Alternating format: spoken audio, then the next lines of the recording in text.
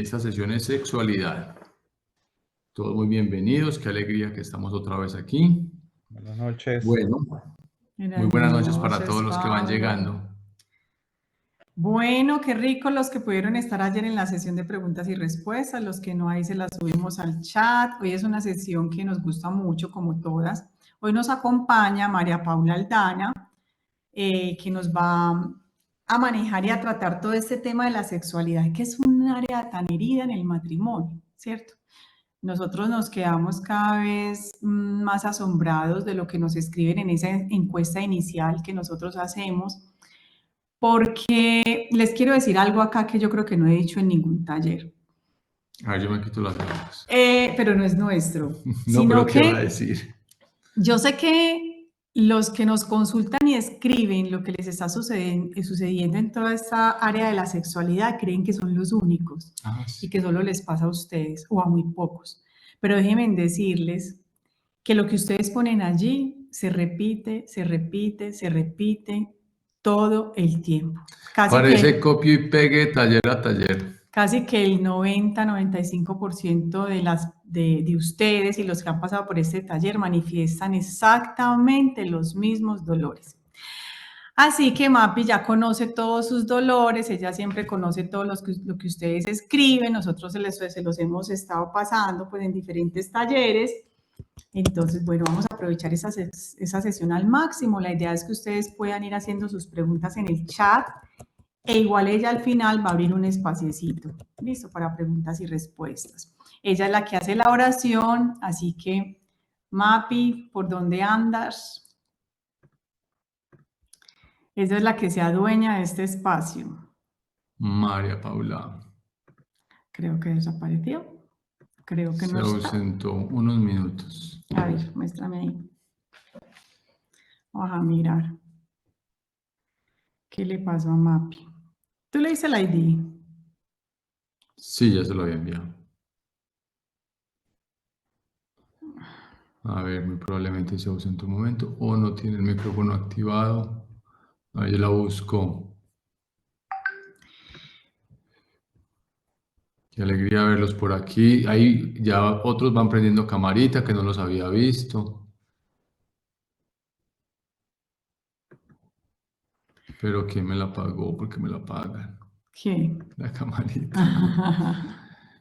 Bueno, mientras tanto, ya Mapi ya se va a conectar. No sé si fue que se desconectó, se le cayó la conexión. De pronto está cuadrando cositas. Bueno, no, esperemos un momentico. Y ahí... Miren, sí, es que la verdad siempre esta sesión, cuando ella va a arrancar en ese taller, alguna cosa le pasa, algo sucede. Es que les digo que esta área es muy compleja en los matrimonios. Y se los digo, ¿saben para qué? Para que se sientan tranquilos. Porque... Ay, sí, casi siempre piensan, es que yo soy el único. Soy el único. Esto solo me debe estar pasando a mí. No. Mejor dicho, muy común. Ah, bueno, aquí ya está, Mapi. A Mapi, ver. ya estás aquí. Habla para ubicarte. Mapi, hello. Ah, no, es mi audio, Mapi, mía, ¿cómo estás? Ah, no, es que usted sí nos cacheteó con ese set suyo. Buenas noches, paz y bien, ¿cómo están? Muy bien, Mapi, ¿tú cómo has estado? Bien, gracias a Dios, muy bien. Qué excelente, qué bueno. Cada vez te veo más hermoso ese set, María. Dios les pague, gloria a Jesucristo. Todo lo paga Él, yo solo lo disfruto. Eso está muy bien. Mapi, bueno, de nuevo aquí está un grupo muy especial en el taller. ¿Qué pasó ahí? Ella está compartiendo. Ok. No. No, señora. Alguien está, a ver. Ya le puse detener. Magali. Magali. Ya. Gracias. Por favor, no nadie compartir pantalla, que le he buscado. Este es un donde les bloqueo eso y no lo he encontrado. Bueno, Mapi, mira, otro grupo, tú ya estás con nosotros, desde el principio. Este ya es el séptimo taller del infierno al cielo, sexto taller del infierno al cielo en el matrimonio. Eres testiga de todas las bendiciones que esto ha traído a los matrimonios. Para nosotros es un honor tenerte aquí en este tema tan doloroso para muchas parejas. Entonces, bueno, no, aquí te dejamos con este espacio. Nosotros no hemos orado ni nada. Si quieres, tú haces como toda la oración y encárgate tú, como Claro bien que sabes. sí, claro que sí. Gracias a ustedes por invitarme. Entonces déjenme, yo pongo aquí algo de fondito para hacer la oración.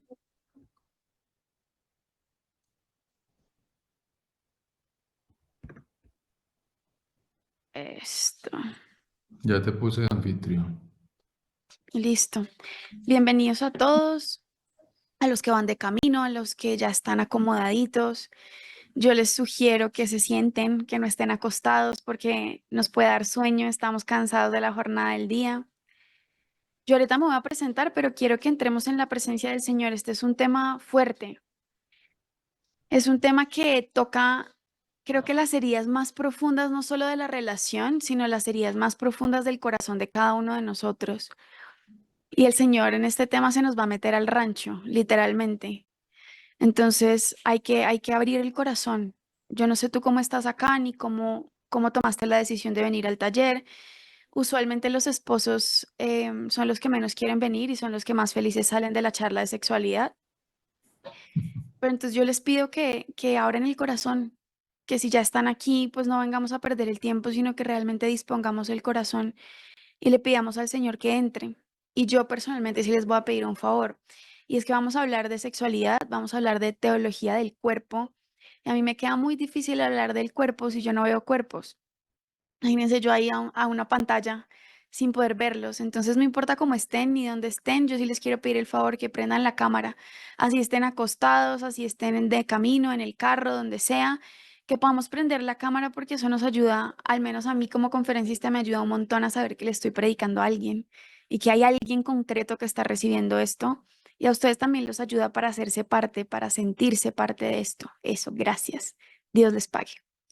Y vamos a iniciar esta noche en el nombre del Padre, del Hijo y del Espíritu Santo. Amén. Señor, esta noche queremos darte primero gracias. Queremos entrar a tu presencia pidiendo al Espíritu Santo que nos enseñe a dar gracias, a reconocer su presencia, tu presencia que ha estado ahí con nosotros durante todo el día, desde que nos levantamos hasta ahorita. Tu presencia que ha estado con nosotros desde el primero de nuestros días hasta ahorita. Te queremos dar gracias, Señor, por lo que nos has permitido vivir, porque a cada uno de nosotros nos has llamado con nombre propio para estar acá. No es casualidad, no es al azar que cada uno está aquí. Hay muchos que quisieran estar acá y ni siquiera saben que esto existe. Hay muchos que desean desde hace mucho tener algo así para sus vidas, para sus matrimonios y no lo conocen. Hay muchos que conociéndolo no lo pueden pagar o su pareja no lo quiere hacer. Y por misericordia tú me has llamado a mí a estar aquí hoy, solo por misericordia. Yo te doy gracias, Señor, por la historia que me has dado, por caminar esa historia conmigo, por querer escribir recto en renglones torcidos, y porque el hecho de que yo esté acá sigue siendo un signo de que me sigues eligiendo, de que me sigues llamando, de que me sigues salvando, de que no te rindes conmigo, de que no te rindes con mi matrimonio ni con mi familia. Gracias, Señor, porque eres fiel. Aun cuando yo no he sabido ser fiel, tú eres siempre fiel.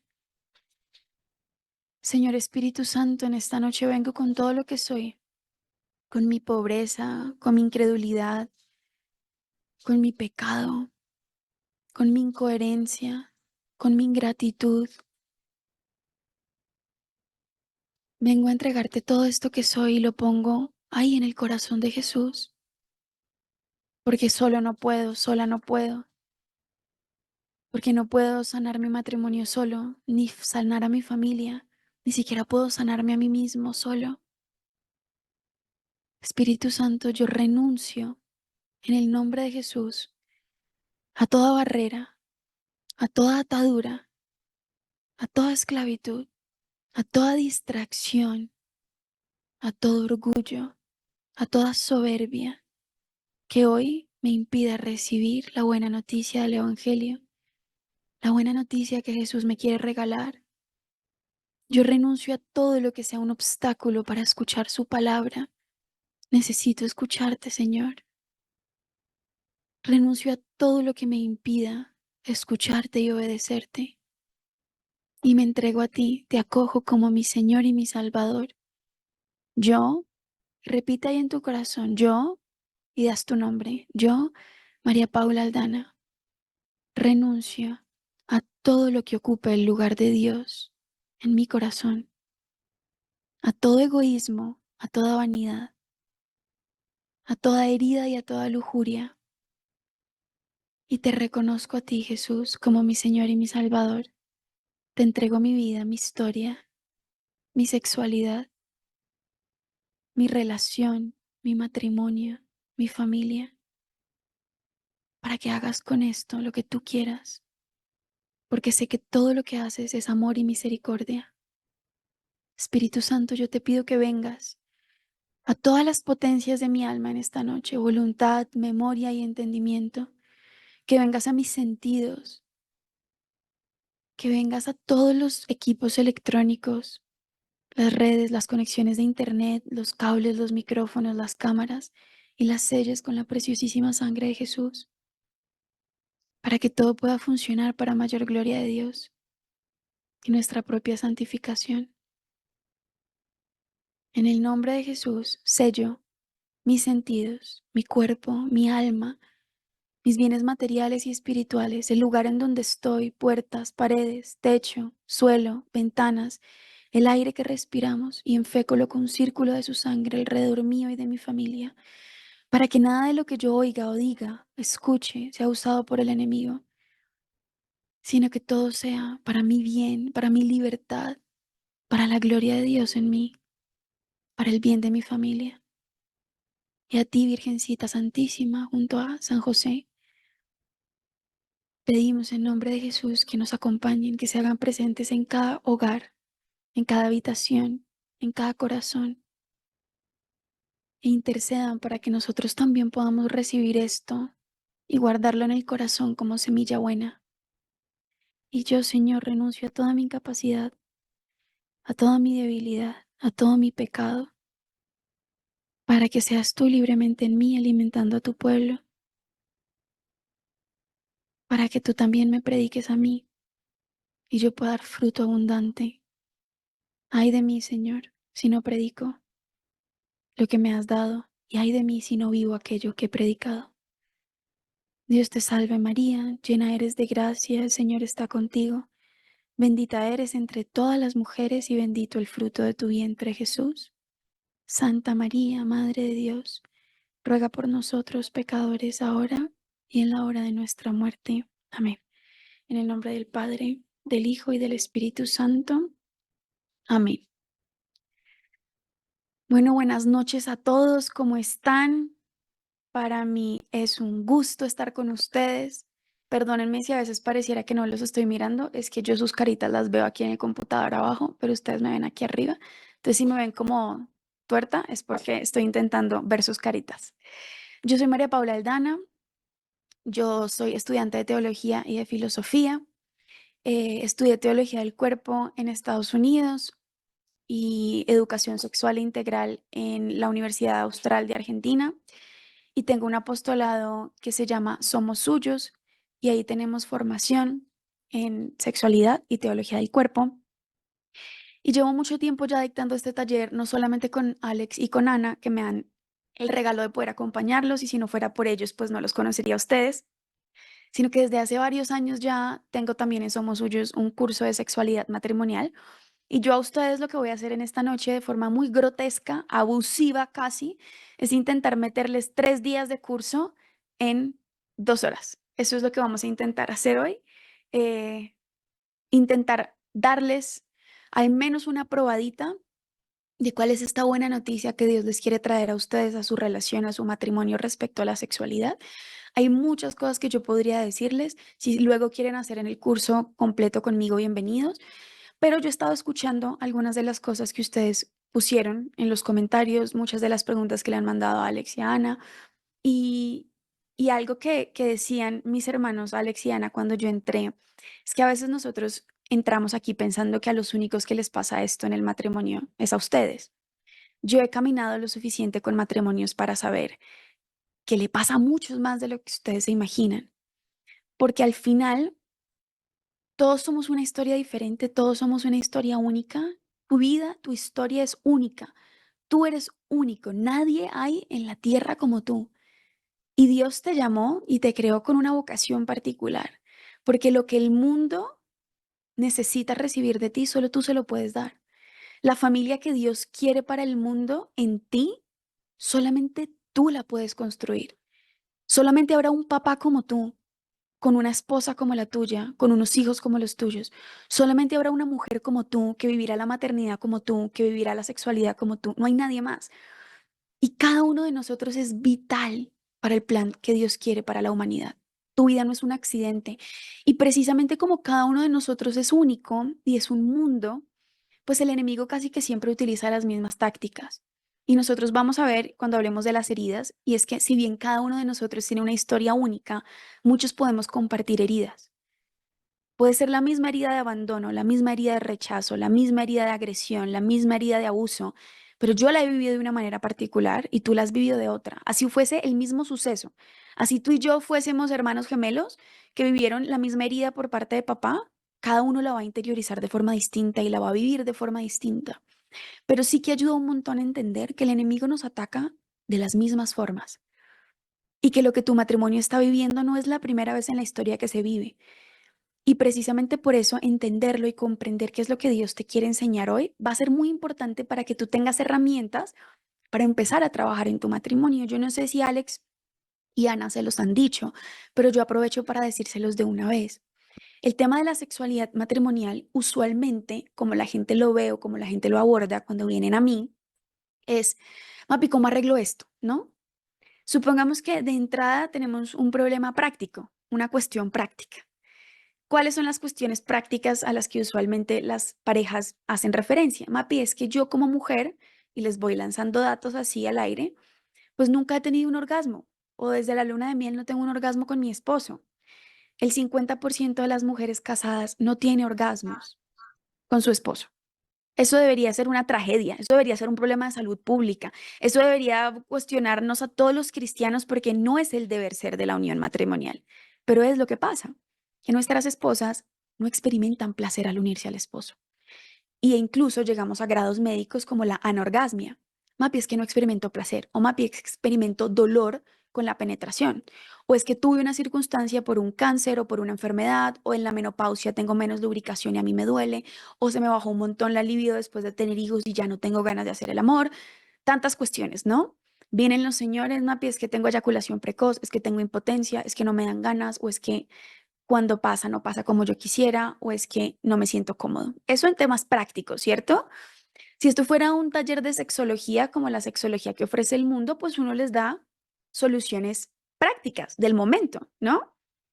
Vamos a hacerte un examen para saber si tienes anorgasmia o por qué. Vamos a ver si tienes alguna situación sexual que te impida experimentar placer. Vamos a ver si cambiándote de lubricante funciona. Vamos a ver si tienes algún desfase en el ciclo y necesitamos darte alguna hormona para que aumente tu líbido. Vamos a ver si necesitas Viagra, mi rey. Vamos a ver si necesitamos hacer ejercicios. Vamos a ver si te enseño a poder salirte de la vagina de la mujer y hacer unos masajes en la cabeza del pene para que no eyacules tan rápido. Tantas cosas que nos dicen ahí afuera, ¿cierto? ¿Saben qué es lo que pasa? Que cuando se resuelve el tema práctico, eventualmente vuelven a caer ahí. ¿Por qué? Porque el problema de la sexualidad no es un problema del sexo. Y cuando terminemos esta charla, ustedes van a aprender a identificar los términos. Pero la sexualidad empieza especialmente en el corazón de cada esposo y de cada esposa. Por eso los problemas de la sexualidad matrimonial en el fondo son problemas de la intimidad de la unión conyugal. Yo les voy a decir algo de entrada. Si ustedes tienen problemas en la cama, es porque tienen problemas mucho más graves fuera de la cama. Y nosotros pensamos que se arreglan con cosas que traemos a la cama, y es al revés. Nosotros sanamos la relación fuera del lecho conyugal y toda esa sanación empieza a dar frutos dentro del lecho nupcial. Y el sexo empieza a renovarse porque el Señor prometió que Él hará nuevas todas las cosas. Y yo conozco muchísimos testimonios de parejas que atraviesan un proceso de sanación y luego su vida sexual es nueva, es otra, Mujeres que no tenían orgasmos empiezan a tener múltiples orgasmos con el mismo tipo que antes no lograba darles medio orgasmo, ahora de la nada, Mapi, tres en una sola noche, no sé qué pasó, pues que se están amando y las cosas cambian un montón. Pero, y de entrada yo creo que eso es lo que nosotros tenemos que identificar, es que los problemas de la cama son problemas mucho más profundos y son problemas que están en el corazón de cada esposo y de cada esposa. Por eso lo que yo voy a hacer hoy con ustedes es darles una introducción pequeña a la teología del cuerpo, para que entendamos qué tiene que ver Dios con la sexualidad, porque yo sé que a veces como que lo extraemos, ¿cierto? Sí, yo vengo a este taller para que me enseñen cómo sanar mi relación y hay un montón de rezadera y en algún punto me enseñarán cómo arreglar esta vaina, ¿cierto? Pero Dios tiene un plan enorme y hasta que tú no entiendas cuál era el plan de Dios para ti, para el hacerte varón, hacerte mujer, llamarte al matrimonio, nada de lo que ustedes hagan en la vida matrimonial va a tener sentido, ni les va a hacer felices en el fondo. Entonces vamos a hacer una pequeñita introducción a la teología del cuerpo y luego vamos a hablar de sexualidad masculina, de sexualidad femenina y vamos a hablar de cómo las heridas emocionales impactan la dinámica sexual dentro de la relación.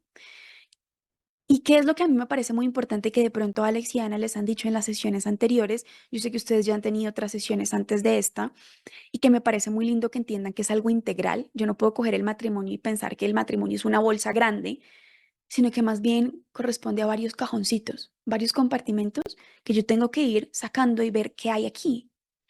Y uno de esos que me parece importantísimo es decirles que nada de esto es fácil, porque a veces, de nuevo, cuando venimos con estas preguntas de lo práctico, de lo que se hace en la cama, de cómo arreglar los problemas dinámicos, como no sé, si no son problemas sexuales deben ser afectivos, es que mi esposa ya no tiene ganas.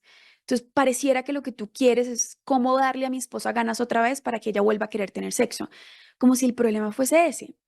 Y generalmente estamos buscando soluciones así rápidas.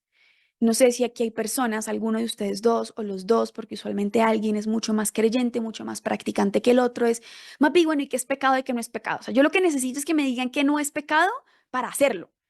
¿Y qué es pecado para decirle a mi esposo que lo deje de hacer? Como si con Dios las cosas fuesen una lista taxativa de lo que puedo y lo que no puedo hacer. Es porque tenemos una visión facilista de las dinámicas relacionales. El amor es todo en esta vida menos fácil. ¿Qué es lo que yo pretendo hacer acá? Y lo que yo espero que los demás profesores de este taller les hayan transmitido a ustedes. Es que nosotros pretendemos darles herramientas. Yo les voy a dar el conocimiento que la iglesia nos ha transmitido desde hace 2500 años. Les voy a dar el conocimiento en sexualidad que sé y que he visto que le ayuda a muchos otros, pero depende de ustedes lo que quieran hacer con esto. Porque al final, ¿de quién es la relación? De ustedes. Suena grotesco lo que voy a decir, pero por más ganas que yo tenga de que ustedes tengan una vida sexual espectacular, yo no me puedo meter a la cama con ustedes. Yo no puedo estar ahí haciendo como coaching de malabares, como, sí, tú aquí, tú allá, aquí, más amor, menos amor. No puedo. Yo no puedo vivir el día a día del matrimonio con ustedes, pero Dios sí puede, si ustedes lo dejan. Dios sí puede estar ahí, no solamente en el lecho nupcial, diciéndoles, hey, por aquí, hey, por acá, amigo, estimula acá, amigo, es mejor aquí, amiga, suelta, amiga, desconéctate, amiga, entrégate, amiga, perdona, amiga, abre el corazón. El Señor sí puede si tú lo dejas entrar. Pero lo que ustedes reciban de esta sesión y del taller en general, espero que ustedes sepan que depende de ustedes tomarlo y dar fruto en su vida con esto. El varón tiene un rol respecto a lo que va a recibir y la mujer tiene un rol respecto a lo que va a recibir también. Por eso yo los animo a que presten mucha atención, porque este taller solo está una vez. Ustedes están aquí sentados y yo sé que es tedioso y yo sé que es mucho tiempo, pero ojalá aprovechen esto que están recibiendo porque al final el que tiene la responsabilidad de llevarlo a su hogar y dar vida con esto, pues sos vos mi rey y eres tú mi reina. ¿Listo? Entonces vamos a empezar. Yo les voy a empezar compartiendo una pequeña presentación que yo espero que les sirva. Yo después se las puedo mandar con Ana y con Alex. Tengo aquí a Jorge y a Andrea de primera. ¿Me pueden confirmar si se ve, chicos? Por favor. Listo. Gracias, Andrea. Gracias, Jorge. Dios les pague. Entonces, ¿qué tenemos nosotros acá? Yo les voy a hablar de algo maravilloso y espectacular que se llama la teología del cuerpo. Yo no sé si aquí hay personas que ya lo habían escuchado antes, no sé si es la primera vez que lo escuchan, pero a mí me cambió la vida. ¿Por qué? Porque yo, oigan, y a propósito de eso, yo no ni siquiera me presenté ni les dije rápidamente yo por qué estoy aquí. Yo tengo 30 años, pero ustedes no le van a decir eso a nadie. Si preguntan, ustedes dicen veintitantos, no es pecado, yo les doy permiso. Acabo de cumplir 30 años, pero viví mucho tiempo fuera de la iglesia. Muchísimo tiempo me consideré atea, feminista, pro aborto y luchaba mucho por la liberación sexual de la mujer. Para mí la sexualidad era como el mundo más increíble, el mundo del placer. Y me indignaba un montón que se viera bien que el varón tuviera mucho sexo y que la mujer no. Entonces, para mí, lo que había que hacer era liberar sexualmente a la mujer y yo, mejor dicho, enseñaba a mis amigas cómo liberarse sexualmente. Tenía una vida sexual muy desordenada. Y cuando conozco a Dios, cuando tengo mi primer encuentro con Dios a mis 20 años, yo ya había vivido 30 vidas antes de eso, en términos sexuales, ya había hecho muchas cosas que mucha gente a mi edad ni siquiera ha empezado a hacer. Pero claro, entré como en esta dinámica de, ok, Dios no le gusta el sexo y no le gusta el placer, entonces yo tengo que negarme a mí misma y negar todo lo que yo he estado viviendo para poder salvarme y llegar al cielo, ¿no? Y es como una visión de represión, de reprimir todos los deseos y todo lo que yo tenía porque consideraba que era algo malo o era la idea que tenía de lo que la iglesia enseña.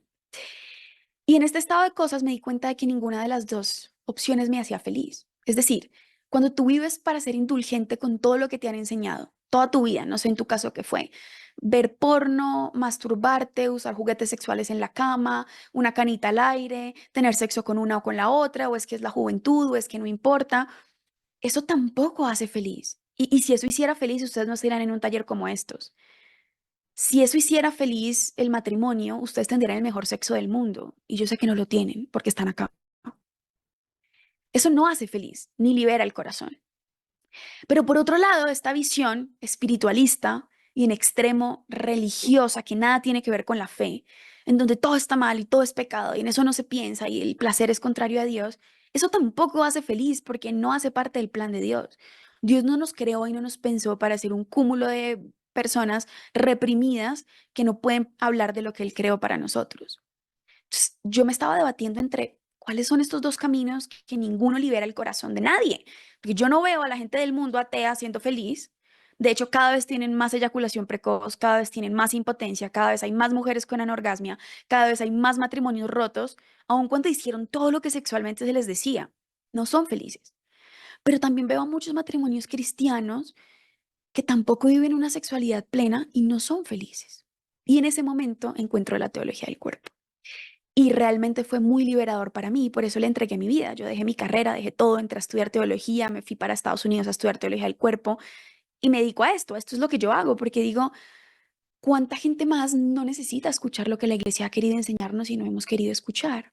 Y es que la sexualidad es buena, que todo lo que nosotros vamos a hablar hoy no solamente es bueno, dice la escritura que vio Dios en el Génesis, lo que había hecho y era bueno. Pero cuando vio al ser humano que creó en cuerpo, ojo ahí, Dios nos creó corpóreos, es decir, corporales, pero también nos creó sexuados. Pudo habernos creado de otra manera. Nosotros podríamos reproducirnos espiritualmente, ¿sabes? Como hacemos un rosario tú y yo, ¡pum!, concebimos, ya. ¿Pudo o no pudo? Pudo. Dios nos pudo haber creado asexuados o con el polen, como las florecitas. ¿Sí? Tú me fecundas por allá con un líquido que sale de las pestañas y ya. O incluso nos pudo haber hecho fecundos, sexuados, pero sin capacidad de experimentar placer. ¿A quién se le ocurrió poner placer como el placer sexual dentro del acto de la procreación?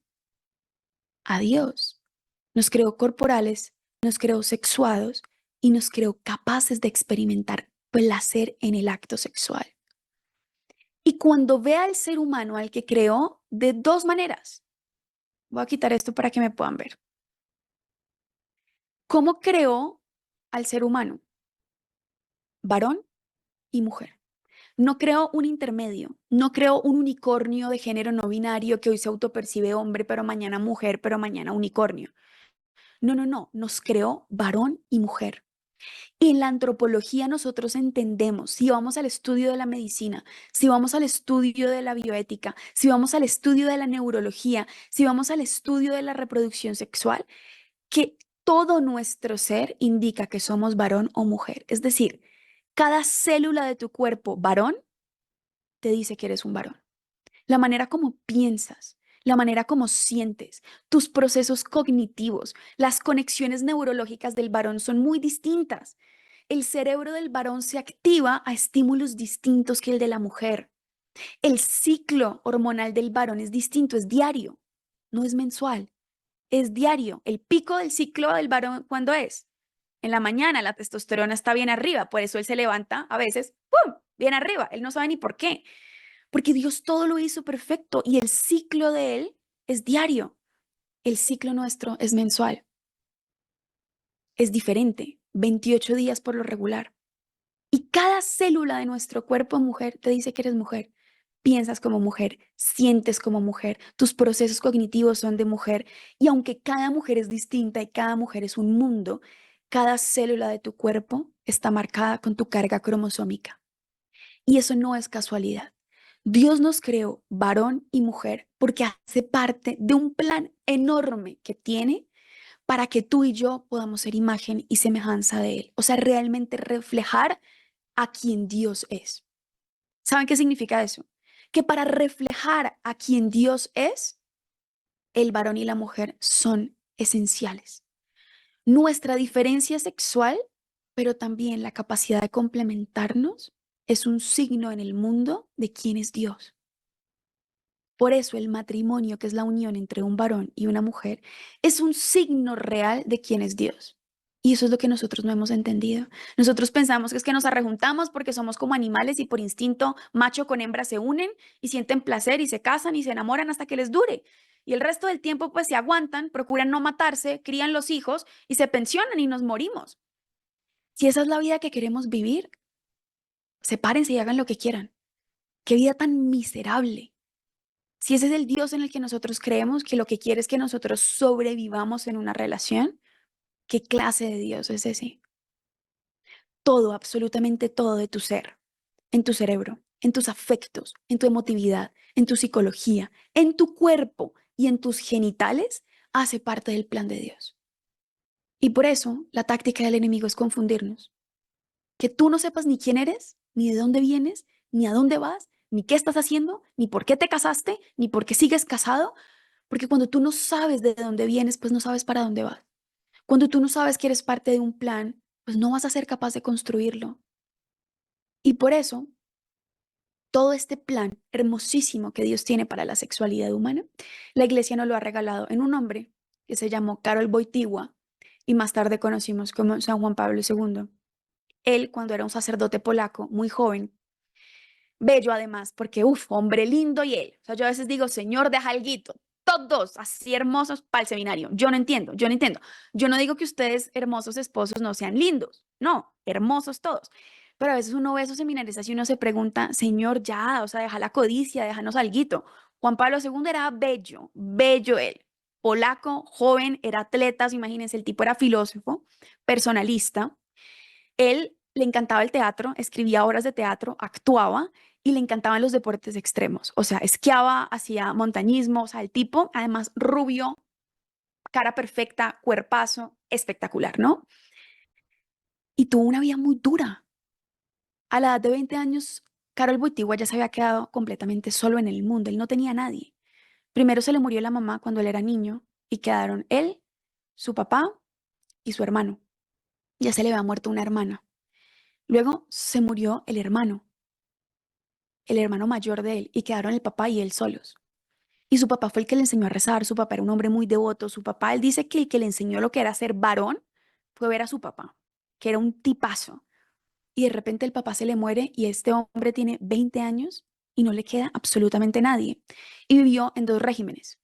Él salió de la Primera Guerra Mundial, él nació después de la Primera Guerra Mundial y le tocó vivir el comunismo y le tocó vivir la ocupación nazi de Polonia. O sea, toda su juventud fue prácticamente escondido y le mataron a toda su familia su familia natural se murió y sus amigos también se los mataron y se los llevaron a campos de concentración.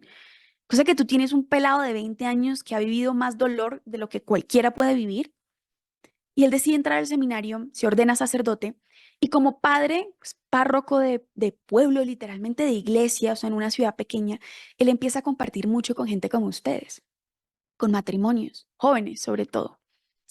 Y él empieza a descubrir que tienen problemas como los de ustedes y que muchos de esos problemas tienen que ver con la sexualidad. Y en ese momento estalla, en los años 60, estalla la revolución sexual. Muchos de ustedes no estaban en ese momento. Muchos de ustedes sí estaban en ese momento. Estalla la revolución sexual y ¿qué trae? Se revoluciona la industria farmacéutica con la píldora anticonceptiva. Nunca en la historia de la humanidad el ser humano había sido capaz de desprender las consecuencias de un acto como este. ¿Cuál es el acto? El acto sexual. ¿Y qué hizo la píldora anticonceptiva? Desprende las consecuencias lógicas del acto sexual. ¿Cuáles son las consecuencias lógicas del acto sexual? La procreación. En términos naturales, si todo está como debería ser, tú unes un espermatozoide con un óvulo y hay una vida nueva. ¿Y qué produce esa concepción? Placer. Lo hablaremos un poquito más al final de la charla cuando hablemos de orgasmo femenino y orgasmo masculino. Pero es muy curioso que cada vez que hay una concepción, se requirió del orgasmo del varón, no de la mujer. Y nosotras podríamos preguntarnos, Señor, ¿y qué pasó ahí? ¿No? ¿Por qué? Esas son las preguntas que nosotros deberíamos hacernos. Una imagen poco agradable, pero cada uno de nosotros es un orgasmo de nuestro papá, no necesariamente un orgasmo de nuestra mamá. Es decir, para que haya vida humana, la experiencia de la fecundidad pasa por la experiencia del placer sexual y de un placer orgásmico además. Es decir, el culmen del placer sexual, ¿cuál es? El desenlace orgásmico del varón. ¿Qué tiene que ver eso con el plan de Dios? O sea, que uno no le puede preguntar esas cosas a Dios. Claramente, ¿a quién más se las vamos a preguntar? Y por eso es muy importante que ustedes sepan que todo lo que vamos a hablar hoy es sagrado. Y volviendo al Génesis, cuando Dios dice y vio lo que había hecho, luego ve al ser humano. Ahora sí entendemos quién es el ser humano. Vio al ser humano corporal, con genitales, con capacidad de experimentar placer y dijo, es muy bueno. Y nada en la escritura está ahí porque sí. Es decir, la doble afirmación, el adjetivo calificativo de muy bueno está diciendo que es superior en jerarquía a todos los bienes morales que existen en la creación. Vio Dios lo que había hecho y era bueno, pero vio al ser humano, varón y mujer, sexuados y dijo, es muy bueno, porque es imagen y semejanza de quien yo soy. En la experiencia sexual, tú y yo somos imagen y semejanza de Dios. Y para entender eso necesitamos entender que tú y yo somos sagrados. No necesitamos entender que Dios es sexual, porque Dios no es sexual. Ni que Dios es sexuado, porque Dios no es sexuado. Dios es Dios. Dios. Pero eso eterno y santo y sagrado que Dios es, lo inscribió en nosotros, en nuestra sexualidad. Tú eres sagrado. Tú eres imagen y semejanza de Dios. Tu sexualidad es sagrada. Es reflejo de la imagen de Dios. Tu capacidad de experimentar placer es sagrada. Es imagen de quien Dios es. Y ahí no tenemos que reducir a Dios, tenemos es que elevarnos a nosotros y empezar a comportarnos y a vivir la sexualidad de forma digna, digna y sagrada, para que tenga la lógica de lo que Dios pensó para nosotros. ¿Qué es lo que ocurre con la píldora anticonceptiva? Tú estás separando la experiencia del placer de la consecuencia del placer. O sea, tú coges el acto sexual que produce placer y dices, ya no quiero que tenga los mismos efectos. Quiero hacerlo infecundo, quiero hacerlo infértil. Quiero hacer al varón infértil y quiero hacer a la mujer infértil. ¿Para qué? Para que solo experimenten placer. Es decir, estamos tomando un todo, que era lo que Dios pensó el acto sexual, y lo estamos rompiendo a la mitad. Y hoy estamos viendo las consecuencias de eso, porque son muchas las consecuencias de esto, como la objetivización de la mujer como un objeto sexual, literalmente. Los problemas sexuales, porque cuando tú basas la unión íntima solamente en la experiencia del placer, eventualmente dañas el circuito de dopamina del cerebro que te permite experimentar placer y te haces cada vez más inmune al placer. Por eso te vuelves, de alguna manera, perezoso. El cerebro se vuelve para el placer. Y cada vez es más difícil acceder al mismo placer que tenías con el estímulo anterior. Por eso entramos a procesos de anorgasmia o a procesos de impotencia, porque por más de que yo quiera, por más de que me masturbe, por más de que vea porno, por más de que tenga relaciones sexuales con mi pareja, no logro llegar al placer orgásmico. Es cuando basamos toda la unión sexual solamente en la búsqueda del placer, como si fuera el fin último. Pero también absoluta inestabilidad emocional en las parejas. Cuando a ti te une el placer sexual a alguien, ese placer lo puedes encontrar en otra parte. Entonces no va a haber un vínculo de exclusividad en la pareja, porque es algo canjeable y es lo que hoy en día nosotros vemos, además del desecho de la vida humana. Es decir, si lo importante es tener placer, pues la consecuencia que es la procreación de una vida la podemos eliminar como sea. Píldora, dispositivo intrauterino, condón, píldora del día después o aborto si toca. Y es la completa desestimación de la vida humana, imagen y semejanza de Dios, sagrada, digna. Me van avisando. Si a los demás también se les corta, me avisan. Puede ser mi internet. O puede ser tú, Onésimo. No, yo creo que es ella porque está perfecto. Listo, gracias. Sí, revisa tú, Onésimo. Entonces, ¿qué ocurre además de la píldora anticonceptiva? Y piensen que esto revoluciona la industria farmacéutica. Nunca la historia de la industria farmacéutica se revolucionó como con la píldora anticonceptiva. Ni el Viagra hizo eso, ni el Viagra.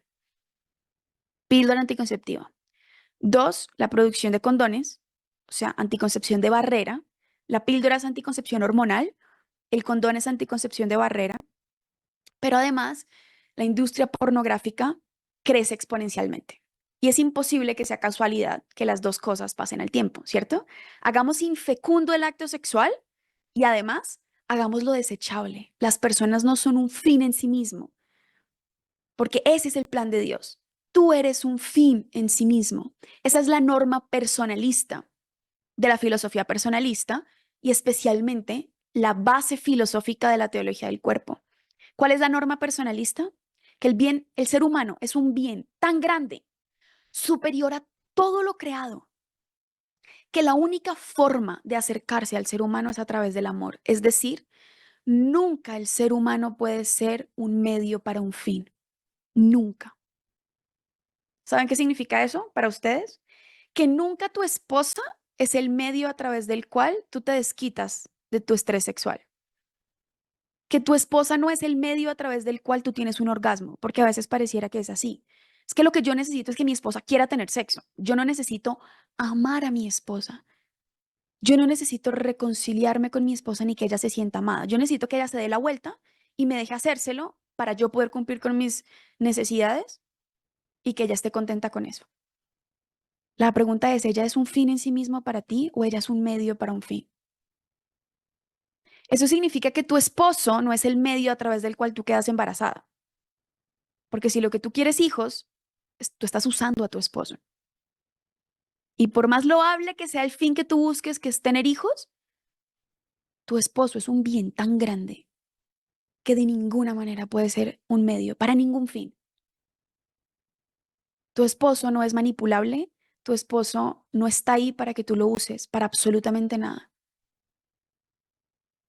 El otro es un fin porque lo que yo quiero es amarle, es buscar su placer, es buscar su felicidad, es buscar que el otro esté bien y que estemos bien, o el otro es alguien a quien yo uso constantemente.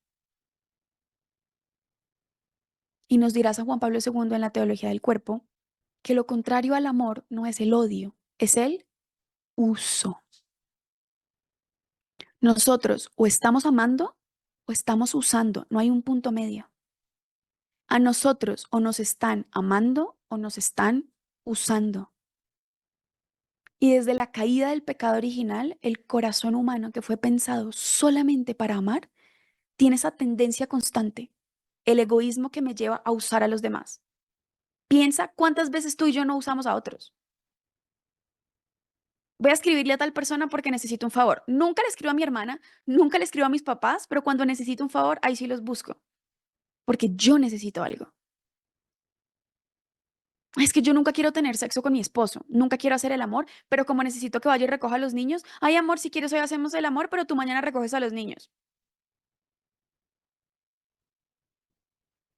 Tantas situaciones en donde nosotros constantemente estamos frente a esa pregunta. Y es la pregunta por excelencia. ¿Tú estás amando o estás usando? Pero tenemos que entender qué significa amar entonces. Revolución sexual. Si antes de la revolución sexual que teníamos nosotros, teníamos una cultura cristiana. ¿Por qué una cultura cristiana? Pues porque desde la época de los romanos, donde en el siglo XIV, un poquito después, el cristianismo se vuelve la religión oficial del Imperio Romano, ser cristiano era una obligación. Y desde ahí hasta los cimientos de la filosofía como nosotros lo conocemos, toda la cultura se volvió cristiana. Nosotros, además, somos una cultura cristiana. Nosotros venimos ¿de dónde? Pues de los españoles que trajeron la fe católica, ¿o no? Y se volvió común, es decir, era parte de la cultura. Nosotros crecimos en una cultura en donde es normal, hoy en día de pronto no tanto, pero una o dos generaciones atrás, todos se bautizaban. Y en la iglesia del pueblo, ¿o no? Y la iglesia del pueblo quedaba en la mitad del pueblo, frente a la plaza. Y era la ceremonia, el bautizo, la primera comunión, y uno se casa por la iglesia. ¿Por qué? Pues porque eso es lo que Dios pide. Yo no tengo ni idea de qué es el sacramento, no tengo ni idea de qué me estoy comprometiendo, pero casi que se vuelve un requisito cultural de religiosidad popular que nosotros somos católicos y vamos a misa el domingo y vamos a Semana Santa, pero no tenemos ni idea de lo que estamos viviendo. En esa cultura, ¿ustedes creen que a nuestros abuelos les hablaban de orgasmo femenino? ¿Ustedes creen que los papás de ustedes hicieron un taller de sexualidad matrimonial donde se le enseñara al esposo a estimular adecuadamente a su esposa? No, porque desafortunadamente caímos en esa otra tentación de la que yo les hablaba, que es una tentación platónica, es decir, eso es una herejía que la iglesia condenó hace mucho tiempo, que es el escrúpulo y el dualismo platónico. ¿Cómo funciona el dualismo platónico? Separa, dúo es de dos, separa en dos la persona humana. Por un lado va el alma y por otro lado va el cuerpo. ¿Y qué es lo que nos decían? Que el cuerpo, malo, cochino, sucio.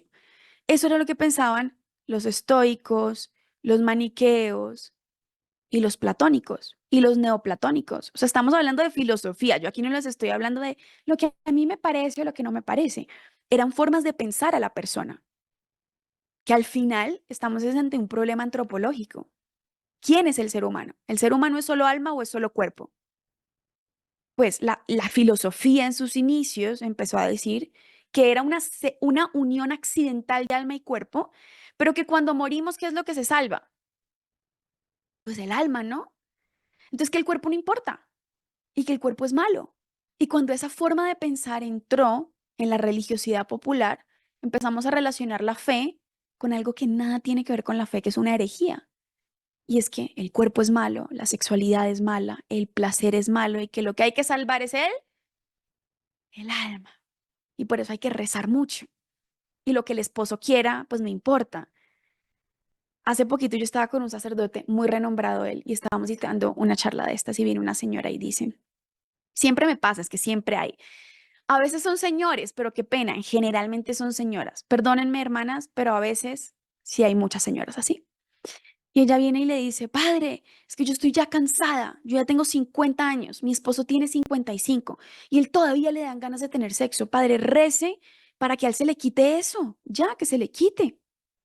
Y el padre y yo nos miramos así como, ¿quién evangeliza a estas personas? O sea, pobre hombre, lleva 55 años escuchando herejías de la boca de su esposa, que supuestamente es la más cumplidora religiosa. Y le dice el padre, hijita, yo voy a rezar es para que a usted le den ganas, no para que a él se le quiten.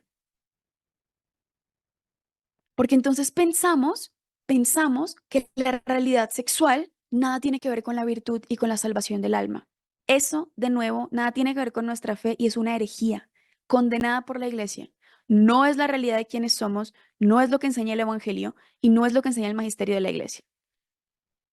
Entonces, ¿cuál es la solución? Porque de ahí, hermanos, surgieron muchos problemas. Es lo que yo siempre digo. Ustedes sí porque ya están en edad adulta y han construido familia. Pero ustedes saben cómo funciona la olla a presión, la de los frijoles. ¿Todos son colombianos acá? ¿No? Todos. No, hay de todas partes del mundo, por Hay de Dios. todas partes.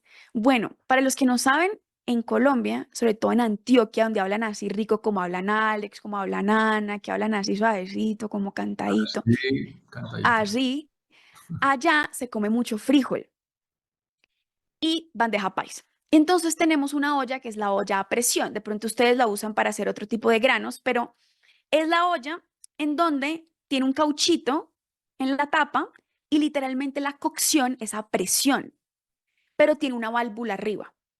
Y esa válvula en algún punto se tiene que subir para que salga ordenadamente el vapor. O sea, toda la presión se encausa en la válvula y sale. Si esa válvula se daña, la olla a presión puede explotar. Y hay muchas personas que se han muerto porque se les explota la olla a presión en la cara. Y es súper peligroso. ¿Por qué? Porque tienes un montón de aire reprimida. O sea, está a presión. Para mí, cuando yo he visto a mi papá hacer frijoles, porque mi papá es paisa, cuando yo vi a mi papá hacer frijoles la primera vez y entendí el peligro de la olla a presión, yo entendí que fue lo que pasó en la revolución sexual. Y pueden decir que es una metáfora muy colombiana, pero la parábola de la olla a presión es real. Cuando tú tienes al ser humano en todas sus potencias, con todos los deseos que hay en el corazón humano, con la sexualidad a flor de piel, cuando se casa, cuando está en la cúspide de la juventud, piensen que en una generación anterior se casaban de 16, 17 años. O sea, se casaban justo para entrar a la punta de la pubertad, donde gloriosa pubertad si estás casado, ¿no? Gloriosa pubertad si llegas a tu desarrollo sexual con la persona con la que amas. Y por eso nuestros abuelos pues tenían tantos hijos, ¿no? Además no había internet, no había TikTok, no había Instagram. ¿Qué más hacían? Pues el amor, gloria a Jesucristo. Obviamente, ¿qué pasa cuando tú tienes todo eso y lo metes en una olla a presión y les dices, eso está mal, eso es pecado, de eso no se habla, de eso no se piensa? No había catequesis sobre la sexualidad, no había catequesis sobre el placer. Y de hecho teníamos una cultura que en su mayoría era machista. Yo ya no soy feminista, ojo, yo no ando hablando del patriarcado para nada, pero sí estamos creciendo de una comunidad, de una cultura que venía del Imperio Romano, donde el paterfamilias, el varón era el único que importaba. Por eso, si ustedes ven, las catequesis que teníamos antes de la revolución sexual giraban en torno al placer del varón, nada importaba a la mujer. Y el varón era el que podía desestimar a la esposa si ella le era infiel, pero si él era infiel no importaba. Y de esas cosas hay que hablar, porque si no los hablamos, cometemos el error, como dicen por ahí, el que no conoce su historia está destinado a repetirla, ¿cierto? Eso fue exactamente lo que pasó con el ser humano. Si antes no se hablaba de sexo, si antes el sexo era parte del ámbito privado del matrimonio, si antes no se podía predicar sobre sexualidad, si antes no se hablaban de estas cosas, la revolución sexual lo que hace es que se da cuenta de que explota. Si ustedes quieren educar a sus hijos en sexualidad, lo último que yo les recomiendo es que no les hablen de eso, que les digan que todo es pecado y que les digan que eso no se piensa. Eventualmente van a tener una olla a presión que se les explota en la casa, porque el ser humano no fue pensado por Dios para estar reprimido, ni en sus potencias ni en sus deseos. ¿Qué fue lo que pasó con la olla a presión? No sé si ustedes han visto cómo se ve la cocina después de que se estalla una olla a presión. Es un desastre. Hay un reguero por todas partes. Esa es la revolución sexual.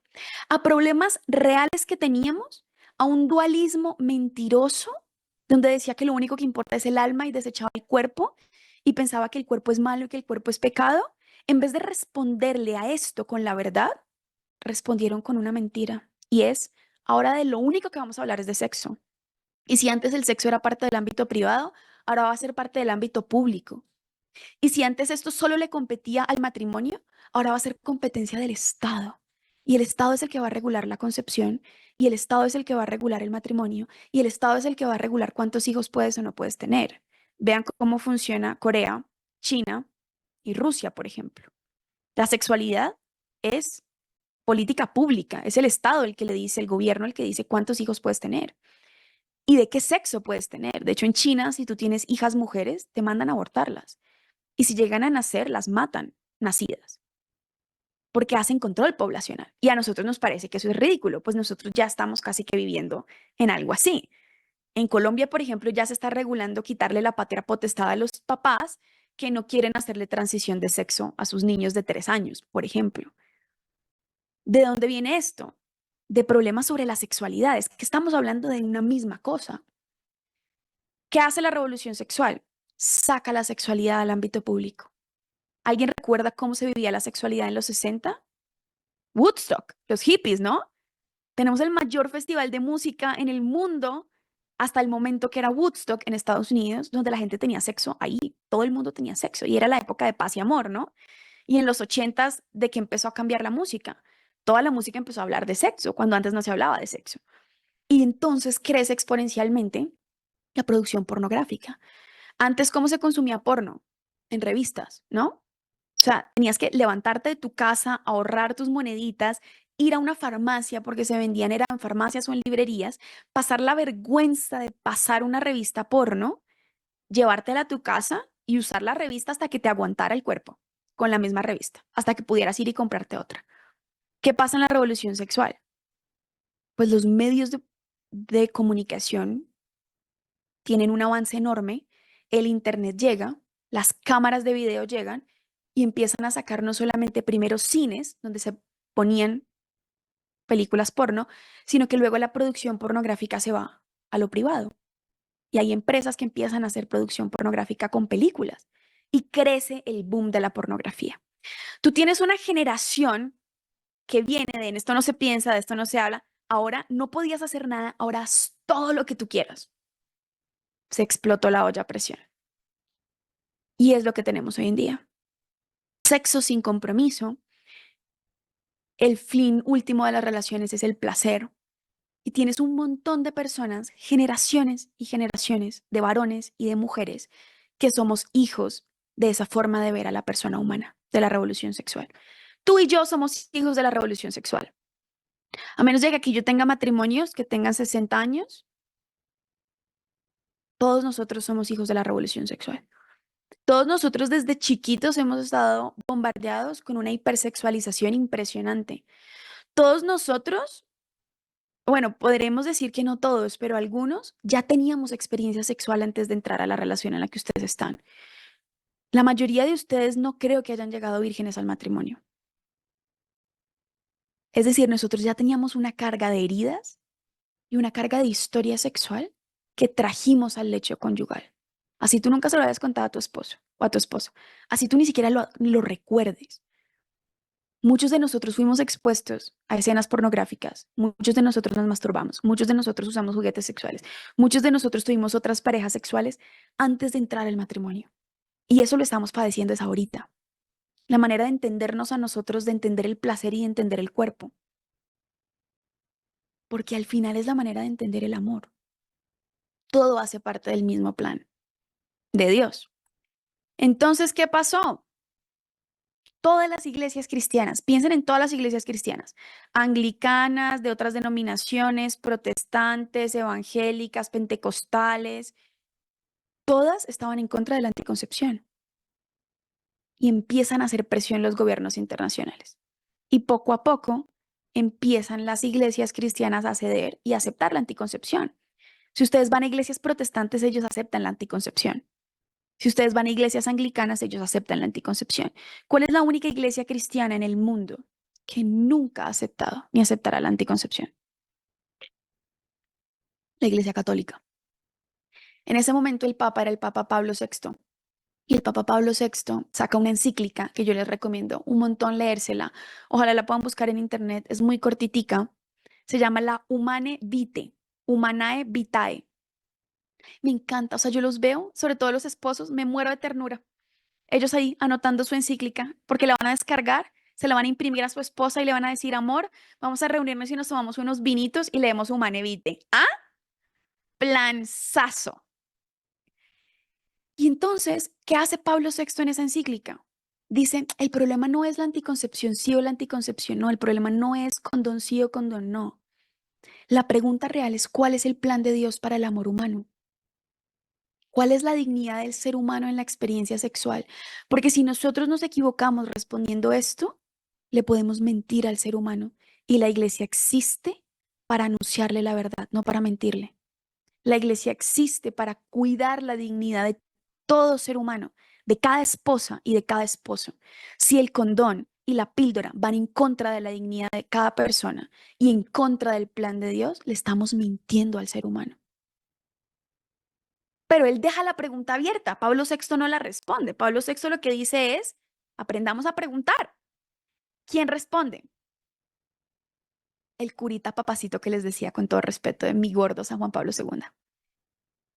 Carol Boitigua se sienta un 8 de diciembre, ya casi estamos de aniversario al grupo de la Teología del Cuerpo. 8 de diciembre, día de la Inmaculada Concepción. Carol Boitigua se sienta frente al Santísimo Sacramento y empieza a escribir la Teología del Cuerpo.